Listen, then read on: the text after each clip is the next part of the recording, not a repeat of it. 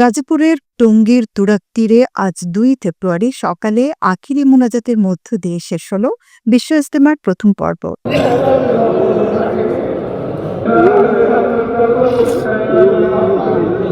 সকাল ৯টা ১২ মিনিটে শুরু হয়ে ৯টা ৩৫ মিনিটে শেষ হওয়া এই মোনাজাত পরিচালনা করেন তাবলিগ জামাত বাংলাদেশের শীর্ষ মুরব্বী ও কাকরাইল মসজিদের খতিব মাওলানা জুবায়ের আহমেদ।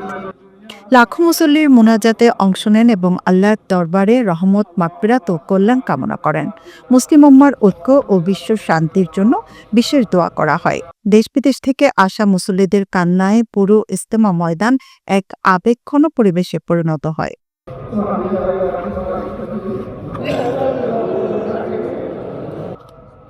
আখেরি মোনাজাত নির্বিঘ্ন করতে প্রশাসনের পক্ষ থেকে কঠোর নিরাপত্তা ব্যবস্থা নেওয়া হয়েছিল। শনিবার রাত ১২টা থেকে ইজতেমা ময়দান ও আশপাশের এলাকায় যান চলাচল নিয়ন্ত্রণ করা হয়। বিপুল সংখ্যক আইনশৃঙ্খলা রক্ষাকারী বাহিনী মোতায়েন ছিল যাতে ইজতেমা নির্বিঘ্নভাবে সম্পন্ন হয়। সূরা নিরজামির যে ইজতেমাটি হয়েছে তার প্রথম ধাপের আখিরি মোনাজাতের মধ্য দিয়ে প্রথম ধাপটি শেষ হলো। লক্ষ লক্ষ মুসল্লি ভাইরা তাদের আখিরি মোনাজাত শেষে ফিরে যাচ্ছে। আমাদের এখন কনসার্ন হচ্ছে তারা যেন নিরাপদে ফিরে যেতে পারে।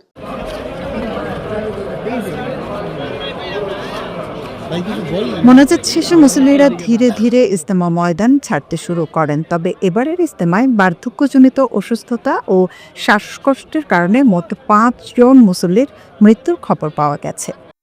আগামীকাল ৩ ফেব্রুয়ারি বাদ মাগরিব দ্বিতীয় ধাপ শুরু হবে, যা ৫ ফেব্রুয়ারি আখেরি মোনাজাতের মাধ্যমে শেষ হবে। এরপর ১৪ ফেব্রুয়ারি থেকে মাওলানা সাদ কান্ধালভির অনুসারীদের তত্ত্বাবধানে দ্বিতীয় পর্বের ইজতেমা শুরু হয়ে ১৬ ফেব্রুয়ারি পর্যন্ত চলবে। বিশ্ব ইজতেমার সূচনা হয়েছিল ১৯৪৬ সালে ঢাকার কাকরাইল মসজিদে। মুসল্লির সংখ্যা বাড়তে থাকায় ১৯৬৭ সাল থেকে এটি টঙ্গীর তুরাগ তীরে অনুষ্ঠিত হয়ে আসছে। এটি হজের পর বিশ্বের দ্বিতীয় বৃহত্তম মুসলিম সমাবেশ হিসেবে পরিচিত।